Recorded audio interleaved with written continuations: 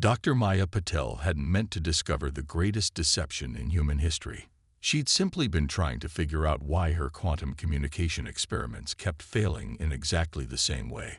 The basement laboratory at MIT hummed with the familiar sound of cooling fans and old analog equipment.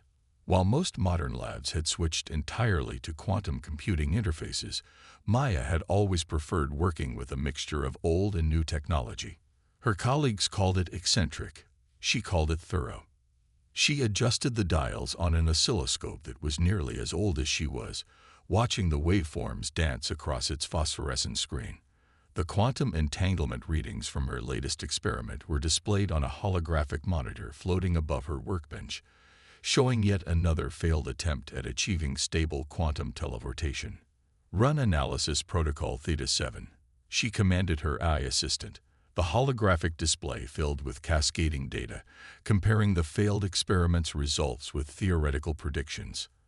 Everything looked perfect until the quantum connection simply dissolved.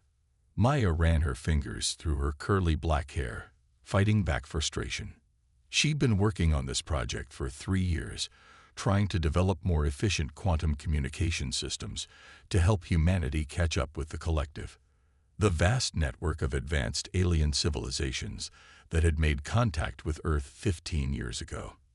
The collective had deemed humanity technologically immature and restricted Earth's access to advanced alien technology until they could prove themselves worthy. They maintained a constant presence in orbit, monitoring human development with what they claimed was benevolent interest. Maya glanced at the ancient radio sitting in the corner of her lab, another one of her eccentricities. She'd grown up taking apart old electronics with her grandfather, learning the fundamentals of communication technology from vacuum tubes to quantum processors. The radio was still tuned to pick up the background cosmic radiation she used as a control measure in her experiments. Something about today's static pattern caught her attention. She turned up the volume, letting the hiss fill the laboratory. After thousands of hours listening to cosmic background radiation, something felt off.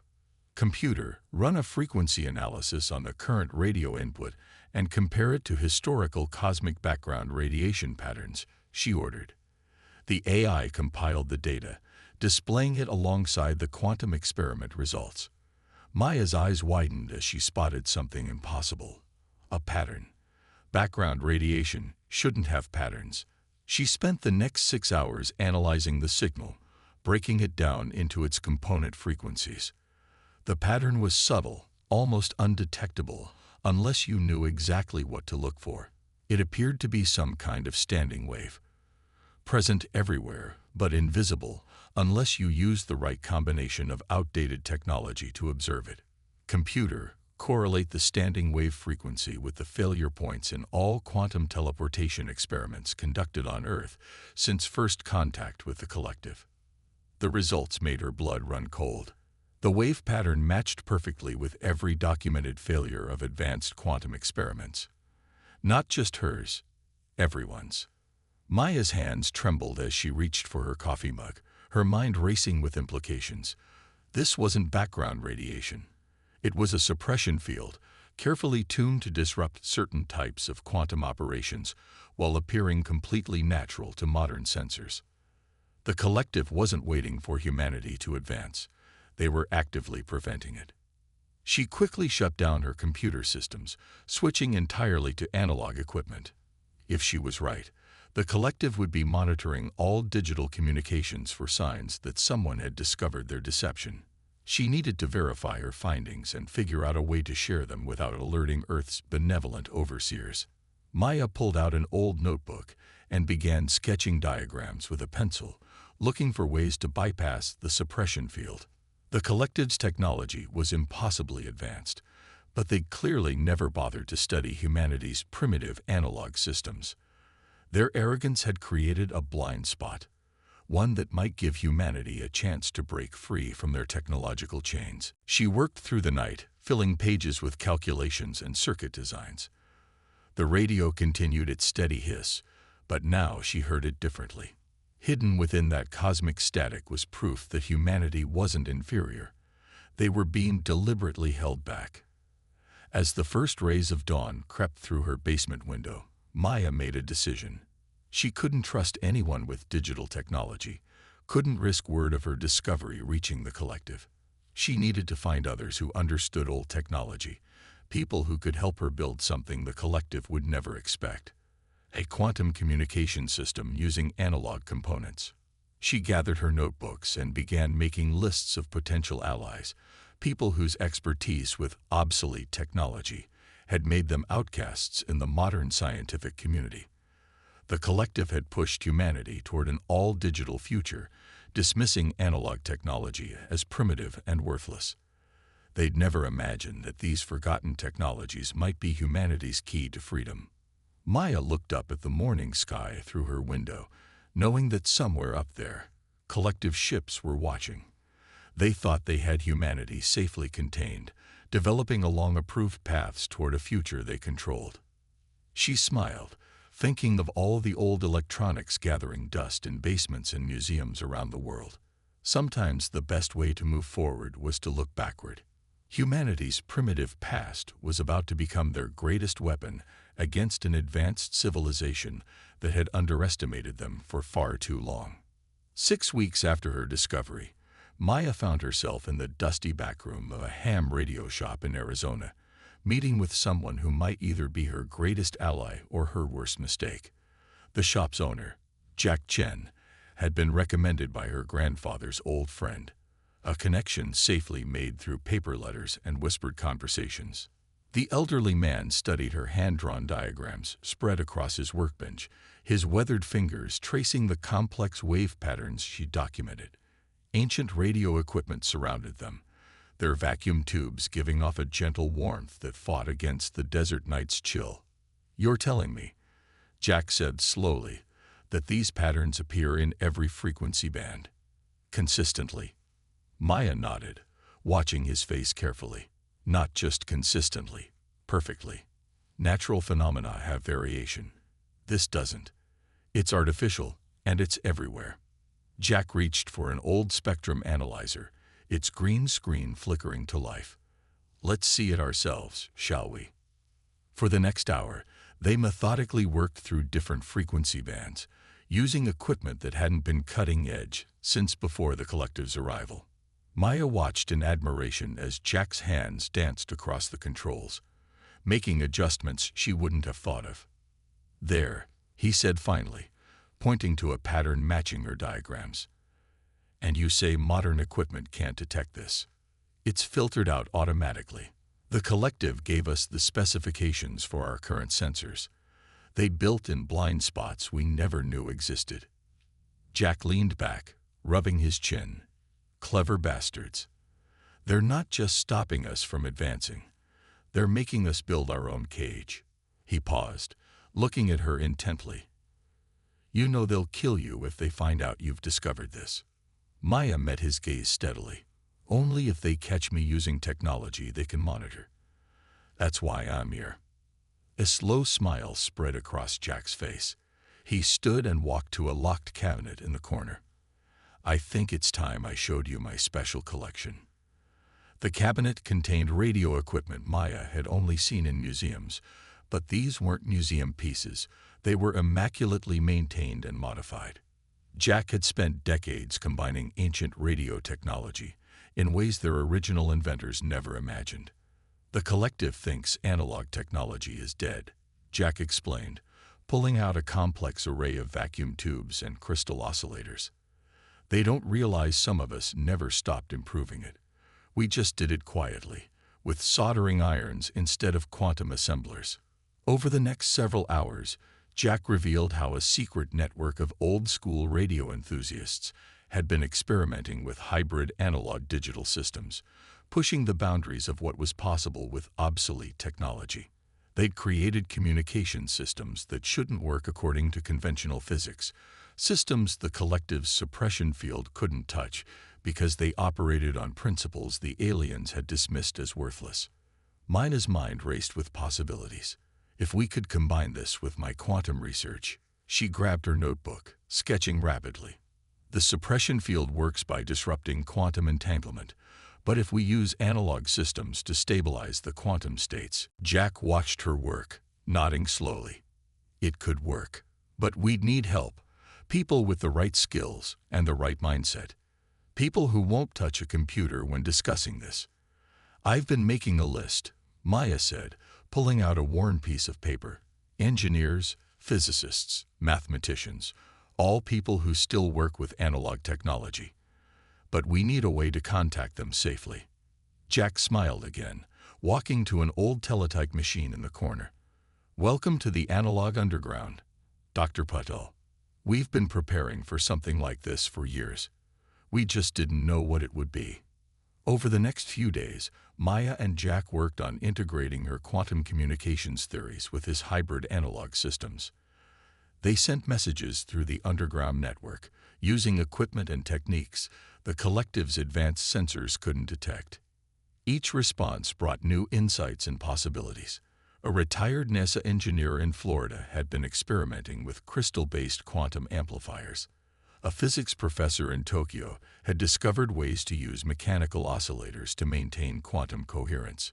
A teenage radio prodigy in Brazil had unknowingly developed a way to bypass the suppression field using salvaged submarine communications equipment. Piece by piece, a picture emerged of how they might build something revolutionary. A quantum communication system that used analog technology to shield it from the collective's interference. But as their plans grew, so did the risk of discovery. The collected ships still passed overhead regularly, their sensors sweeping for signs of unauthorized technological development.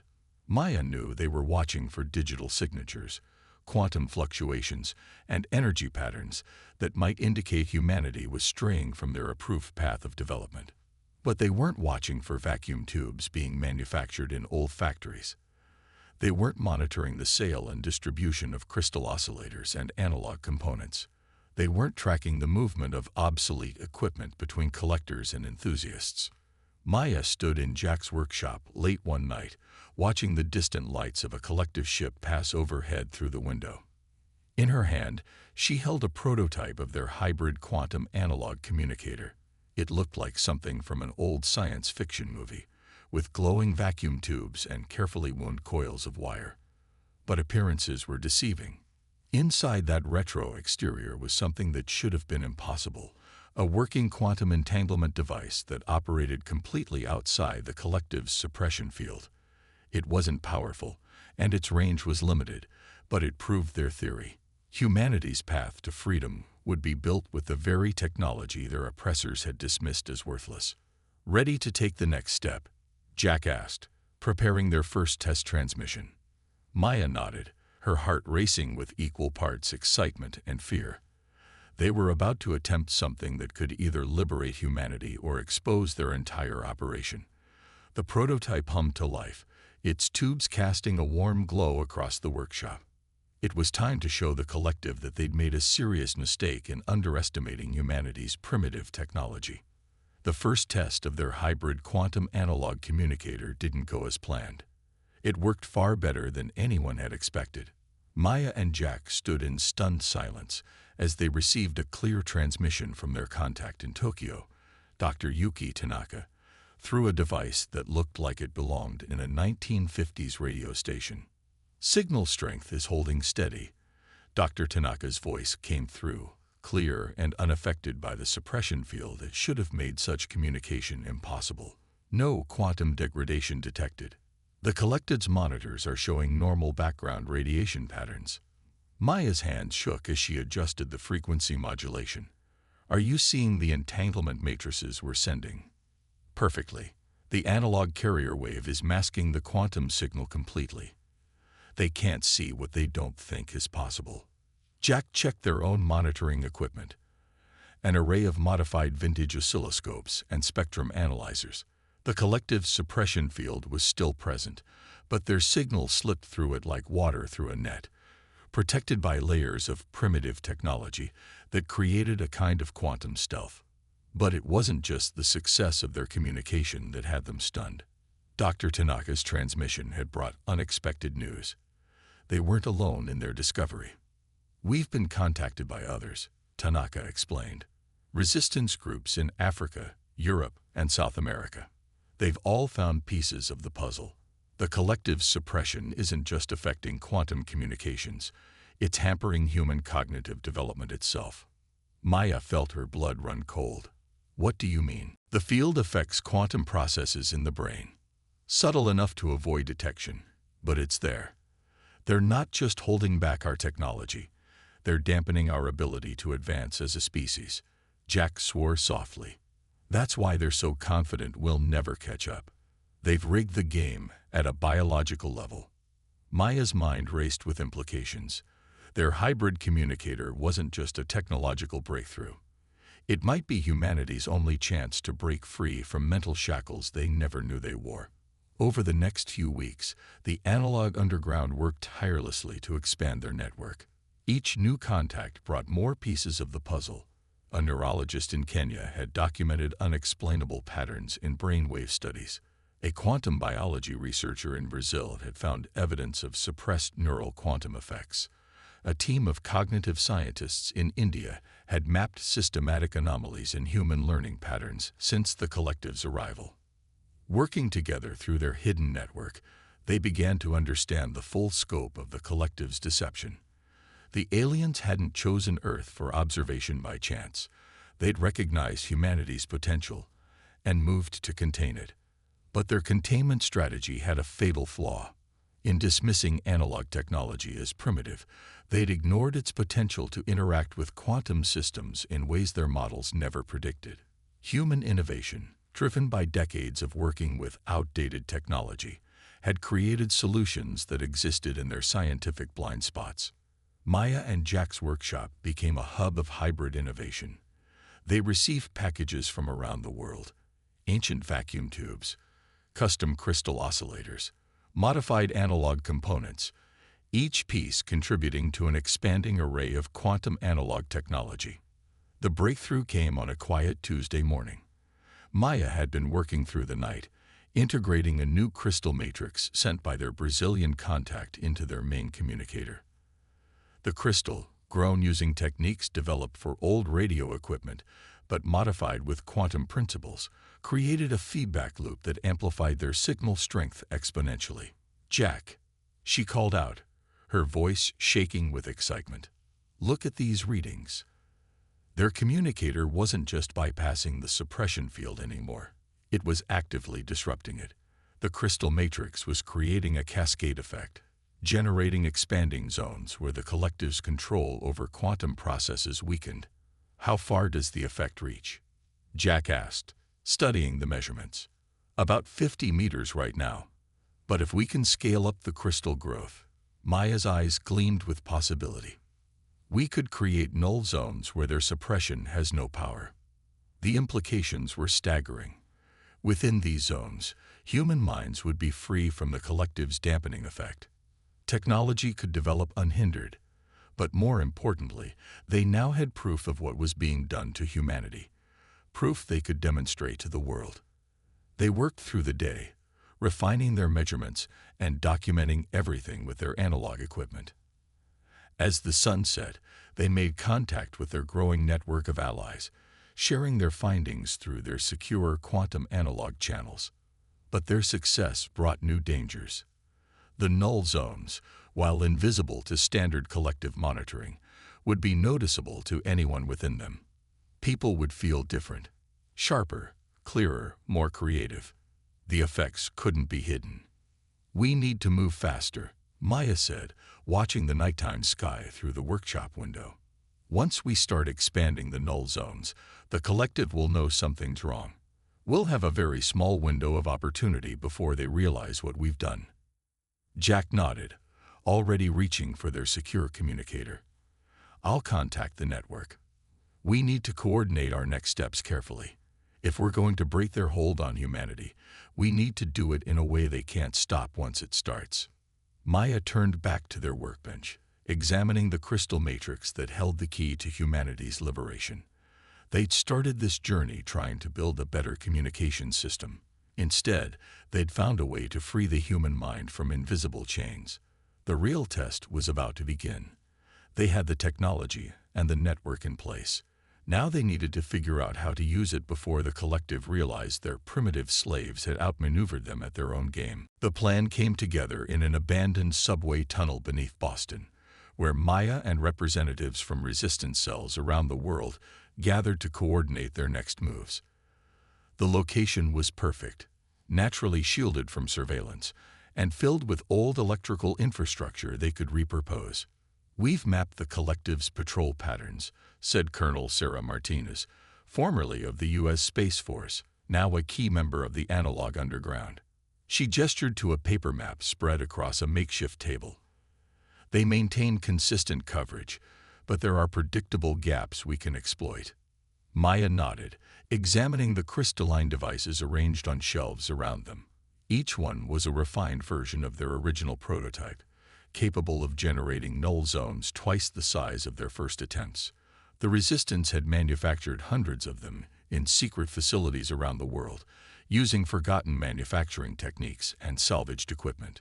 "The crystals need to be placed at these convergence points," Maya explained, marking locations on the map.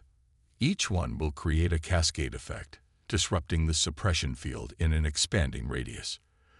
But we'll only have hours between the first activation and when the collective realizes something's wrong." Jack Chen pulled out a thick notebook filled with technical diagrams. "We've modified the original design. These units don't just create null zones, they actively propagate them. Each crystal matrix influences nearby quantum states, causing a chain reaction that spreads the effect naturally." Dr. Tanaka, who had flown in from Tokyo, spoke up. "Our tests show the effect is exponential. Once we achieve critical mass in enough locations, the suppression field will begin to collapse on its own." The timing had to be perfect. They would need to activate enough devices simultaneously around the world to push past the threshold where the collective could effectively respond. But more importantly, they needed humanity to understand what was happening when it did. Maya turned to Professor Chen Lai, a media specialist who had been documenting their discoveries using pre-digital recording equipment. "Is everything ready with the broadcast?" Chen nodded. "We've restored analog TV and radio transmitters in major population centers. The collective doesn't monitor these frequencies. They think they're too primitive to matter. When the null zones start expanding, we'll be able to reach people with the truth. The truth that humanity had been living under a subtle form of mental oppression for 15 years. That their protectors were actually their jailers. That the fog they'd feel lifting from their minds was the result of generations of suppression." "What about the collective's human collaborators?" Jack asked. "The ones who help them monitor our development." "They'll be affected like everyone else once the null zones reach them," Maya said. "Remember, they don't know they're being suppressed either. When their minds clear, they'll understand what's been done to them." The next 48 hours were a blur of activity. Teams moved through old tunnel systems and maintenance corridors, positioning crystal matrices at calculated intervals. Others prepared ancient broadcasting equipment, ready to transmit their message when the moment came. Maya found herself in an old radio station's transmission room, preparing for what would either be humanity's liberation or her last act of defiance. The equipment around her was a strange mix of vacuum tubes, modern components, and their hybrid quantum analog technology. "First reports coming in from Auckland," Jack announced, monitoring their secure communications network. "Crystal matrices are in position across the Pacific region." Similar confirmations began arriving from other time zones. As the Earth turned, resistance cells activated, moving their pieces into place. The collected ships continued their regular patrols overhead, their sensors designed to detect advanced technology completely blind to the ancient equipment being deployed beneath them. Maya checked her watch, an old mechanical timepiece chosen because it couldn't be tracked or monitored. 1 hour until synchronized activation. Status check from all regions. The responses came back one by one, passed through their quantum analog network. Europe was ready. Africa was ready. The Americas were ready. Asia was ready. Humanity had spent 15 years under the collective's thumb, but in the past 3 months, they had built something extraordinary. a global resistance movement armed with technology that was simultaneously primitive and more advanced than anything the collective could detect. Terminal check complete, Professor Lai reported. Broadcast systems are ready. We've confirmed analog reception capability in all major population centers. Maya looked at the faces around her. Scientists, engineers, soldiers, and civilians, all brought together by the discovery of the collective's deception. They had worked in secret, using forgotten technology and human ingenuity to build something impossible. Send the final authorization, she ordered. Activation sequence begins in 30 minutes. As the countdown began, Maya thought about how the collective had underestimated humanity. They had seen Earth's old technology as primitive, failing to understand that true innovation comes not from the tools themselves, but from how you use them. Humans had spent centuries working with analog systems, understanding them at a fundamental level that the collective's digital civilization had never bothered to explore. That oversight was about to cost them everything. 10 minutes to activation, Jack announced. Around the world, resistance members took their positions. Crystal matrices hummed to life, their hybrid quantum analog systems preparing to tear holes in the mental prison humanity had lived in for so long. Maya placed her hand on the master control switch, an actual physical switch, because sometimes the oldest solutions were still the best ones. 5 minutes, she said softly, watching the second hand on her mechanical watch sweep towards humanity's moment of truth. May we prove worthy of what we're about to unleash. 0 hour arrived with the quiet flick of a switch. At first, nothing seemed to happen, just the soft hum of ancient electronics and the steady pulse of crystal matrices coming online around the world. Then the reports started flooding in through their secure network. Auckland null zone expanding at predicted rate. Beijing reporting successful cascade effect. Cairo zone merging with Alexandria, field dissolution accelerating. London showing total suppression field failure across the metropolitan area. Maya watched the readings on their modified oscilloscopes as the quantum landscape began to change. The collective's suppression field was unraveling, torn apart by waves of influence spreading from each crystal matrix. But more importantly, people were beginning to notice. First public reactions coming in. Professor Lai reported, monitoring their global communications network. People are reporting increased mental clarity, enhanced cognitive function. Some are describing it as waking up from a dream. The collective noticed too. Their ships broke from their regular patrol patterns, sensors desperately scanning for the source of the disruption. But they were looking for the wrong things, searching for advanced quantum technology while humanity's liberation was being orchestrated by equipment they considered obsolete. They're trying to reinforce the suppression field, Jack announced, tracking the collective's response. But they can't locate our broadcast sources. The analog signals are invisible to their quantum sensors. Maya grabbed their secure communicator. All stations, initiate Phase 2. Begin transmission. Across the planet, restored analog transmitters crackled to life. Television sets that hadn't been used in years suddenly showed clear pictures.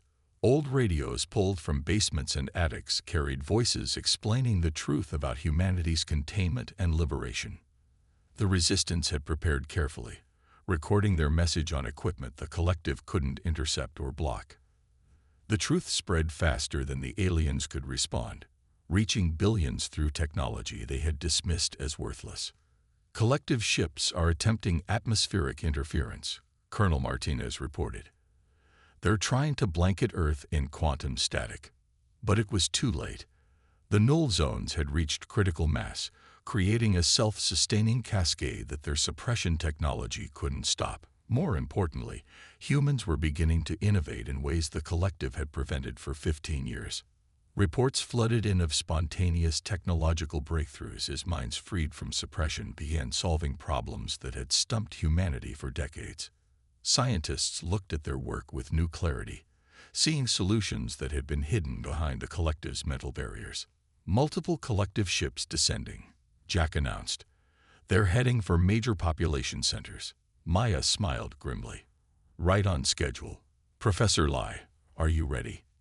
The professor nodded, adjusting controls on equipment that mixed quantum age components with vacuum tubes in ways that would have seemed absurd just months ago. Broadcasting now. Their final message went out, not just to humanity, but to the collective ships themselves. It wasn't a threat or an ultimatum.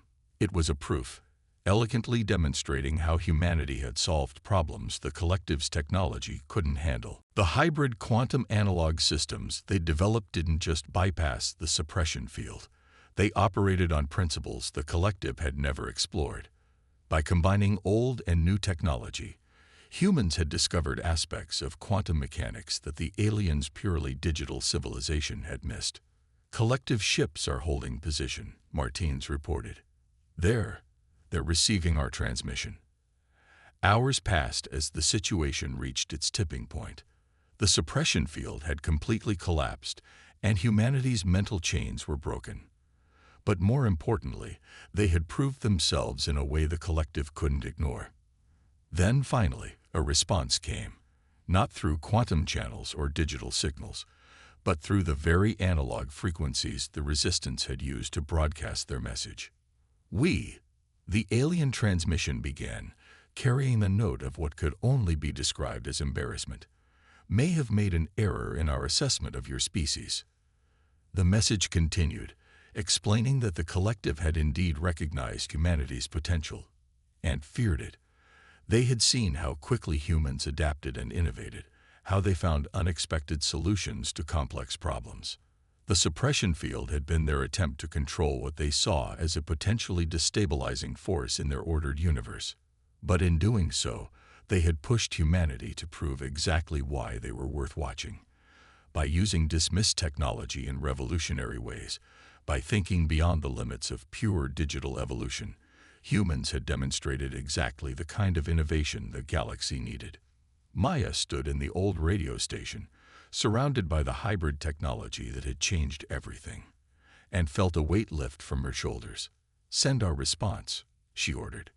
Their message was simple, an invitation to begin again, to explore what humanity and the collective could learn from each other as equals. The answer came back quickly, a clear signal of acceptance, carried on waves that bridged the gap between the quantum age and humanity's analog past. "Well," Jack said, looking at the primitive equipment that had helped save humanity, "what should we do with all this old technology now?"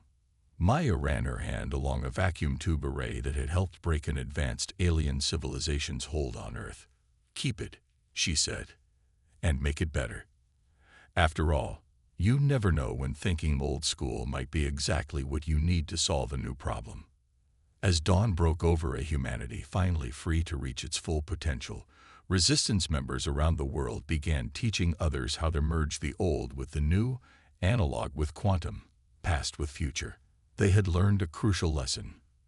True advancement doesn't come from abandoning the past, but from understanding how to use every tool at your disposal. The collective had thought themselves superior because they had moved beyond primitive technology. Instead, they had discovered that sometimes the most powerful innovations come from looking back while moving forward, a lesson humanity had been teaching itself since the first cave paintings led to the first written words. In the end, it wasn't advanced technology that had saved humanity. It was human ingenuity, the willingness to explore every possibility, and the understanding that nothing is truly obsolete if you're creative enough to see its potential.